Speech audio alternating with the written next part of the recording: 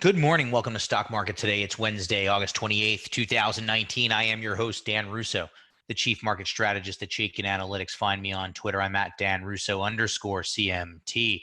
Stock Market Today brought to you today and every day by Chaikin Analytics. Head over to chaikinanalytics.com/today. Sign up for a free email to follow along with this show. Get daily stock ideas for you to consider.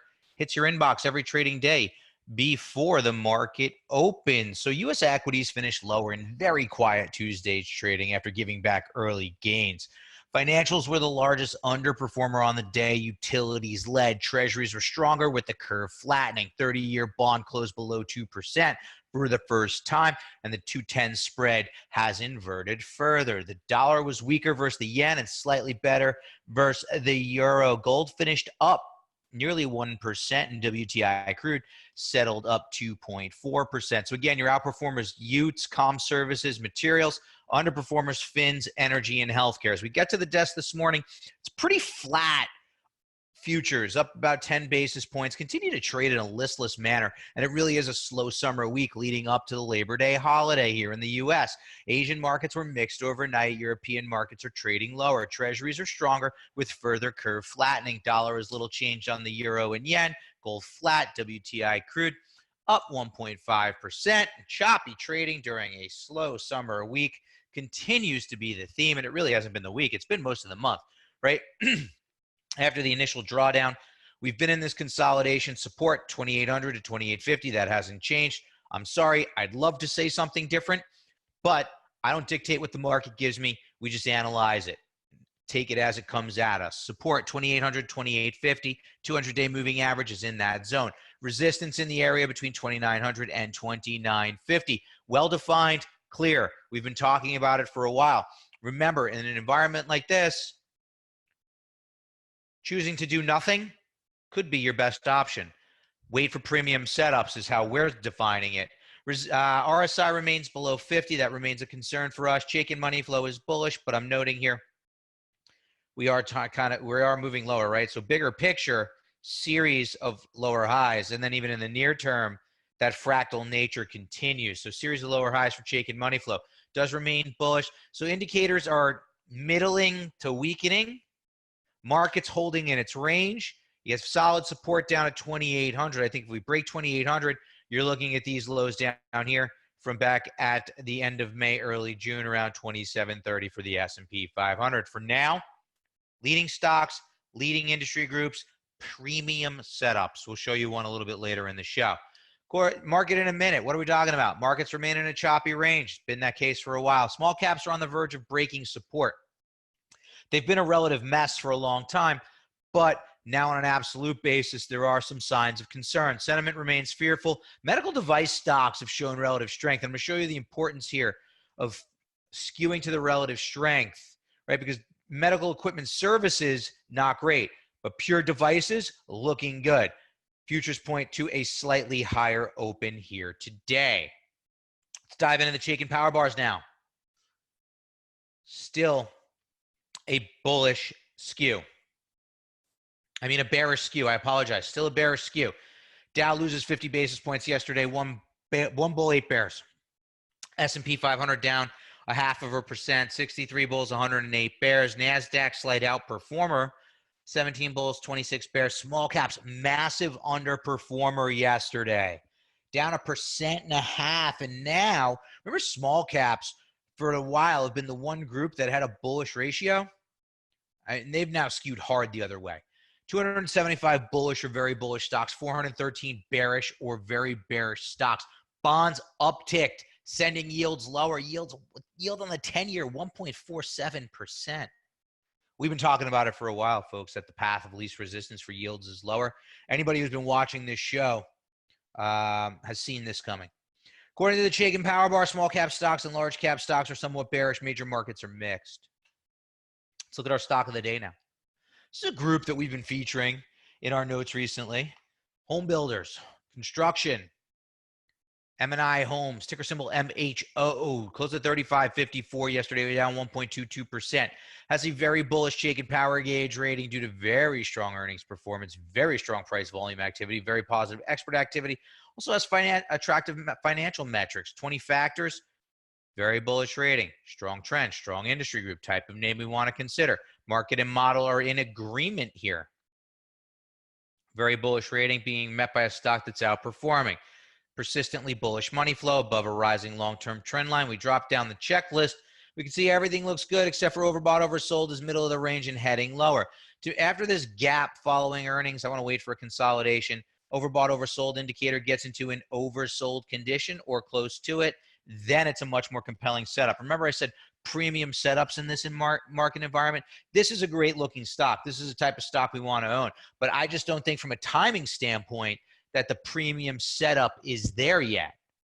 Right? We're going to take a look at a stock a little bit later in the show where I do think the premium setup is there. That being said, this has been a leading group. I think you want to drill down on some of the home builder stocks and stocks that are in that ETF and look for ideas. Build watch lists.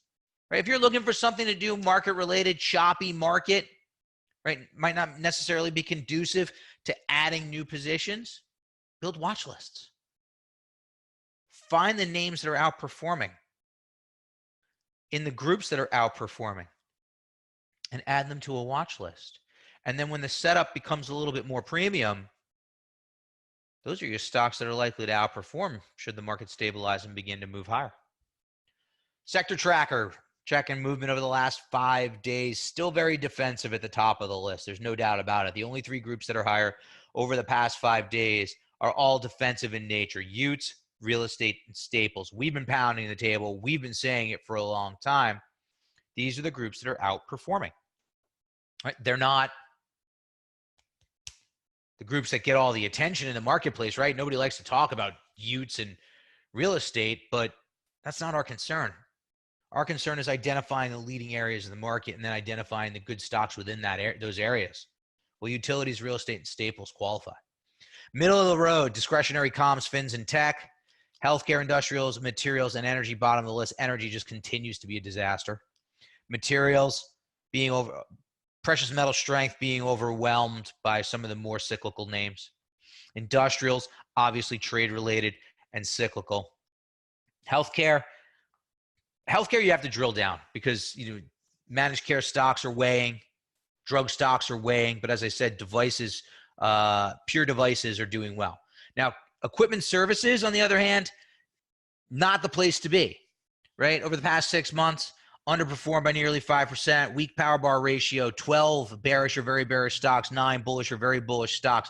Ranked number 11 of 21 subsectors, actually has moved up 2 slots over the past week. So stock selection becomes important here. The ones you want to avoid are Glaukos, GKOS, Iridium, IRTC, and Penumbra, PEN, all with very bearish Chaikin power gauge ratings. And we take a look at this ETF, you can see XHE has a neutral ETF power gauge rating, weak trend below the declining long-term trend line. Middle of the road performer, as you can see, kind of an inline performer with the S&P 500. Bullish money flow, so that's kind of encouraging. Overbought, oversold indicator, middle of the road. Doesn't really get me excited. I think what you need to do in a group like this is really isolate it. Find what's working. The pure device stocks are what's working. We're going to take a look a little bit later in the show, but this group it's okay, right? Not really outperforming, not really underperforming. It's a market perform, right? But there's better opportunities out there, and I'm going to show it to you. Let's look at what's trending now. Yesterday's S&P 500 movers and shakers are gainers and losers. Costco up 5% as their store opened in China to massive crowds. I saw some pictures on social media. It looked pretty amazing. Activision Blizzard, some early positive responses to their new World of Warcraft game sent that stock higher nearly 5%. Newmont Mining, nothing company specific on this name, but I note that gold moved higher, so Newmont moved with. Oil bounced yesterday. That sent FTI up nearly 3%. And IDXX didn't see any real news to send that stock higher by 2.75%. Smucker's SJM missed on operating profits, took the stock down 8%. Philip Morris confirming that they are in talks to reunite with Altria That sent that stock lower by 7.75%. Humana, the managed care names were under pressure yesterday. Obviously, these are politically sensitive stocks, right? We are in election season. Back and forth around healthcare costs going to create volatility in the managed care stocks. Humana was down. And then the distributors, we have McKesson and ABC down 5% plus. A lot of news, a lot of back and forth in and around settlements relating to opioids. Drug distributors, part of the group of stocks that have exposure there. Those stocks are lower by 5.5%-ish on the day. So let's dive into the charts now. We said that small caps were on the verge of a breakdown. You can see it, right? Below the 200-day moving average, right? Very choppy trading. We've been talking about this for a while. Notice that small caps are nowhere near their highs from last fall. Momentum can't become overbought, really skewed towards bearish ranges. And now we're testing support at that 145 level. We've been identifying 145 in our notes for a few weeks now because, we've been in this choppy range. And now we're pushing on that string. A lot of eyes are on this one. I don't like to front run breakdowns or breakouts for that matter. I'd rather have them be confirmed. A break of 145 opens the door to 130 to the downside, in my opinion. But with all eyes on it, I have to wonder if we're going to break. I think you just need to kind of keep an eye on it. On a relative basis, the trend remains a disaster, right? Clear downtrend relative to the S&P 500, trading down here near new lows, making new lows on a relative basis. We've been saying to avoid small caps, all else being equal, for a while. I think that continues to be the case, regardless of what happens here with the absolute. I think small caps need to be an underweight in portfolios, given the relative strength of large over small, or flipped over the relative weakness of small to large. Sentiment still skewed towards fear. Here we're looking at a 13-period moving average of the CBOE equity options put call ratio, and you can see after ticking above that 0.75 level, that tends to mark local lows in the marketplace. We've now reversed, but still skewed towards the higher end of the range. If we look at the VIX is back above 20, right? That's a sentiment closer to fear. If we look at the CNN Fear Greed Index at 16 this week, down from 23 last week, in a position of extreme fear. So as the markets are holding support, there could be a tailwind from sentiment, right?